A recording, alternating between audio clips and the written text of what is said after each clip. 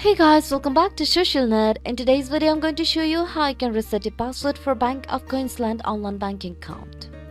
If you have forgotten your password or you want to reset your password on your online banking account, then the process is pretty simple, secure and straightforward. In order to do that, all you have to do is watch this video very carefully and follow the simple steps.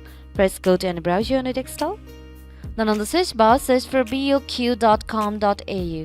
And once you land onto an interface like this, just go and tap onto the logon option here, and from it choose the logon to internet banking. By tapping on it, you'll be taken to a separate tab, read all the information, then tap on to continue. And by tapping on it, you'll be taken to the login page for BOQ online banking account. Now in order to reset your password, just go to the help option here. Now you'll be taken to another page. Now scroll down to the bottom and tap on to forget your password or changing your password.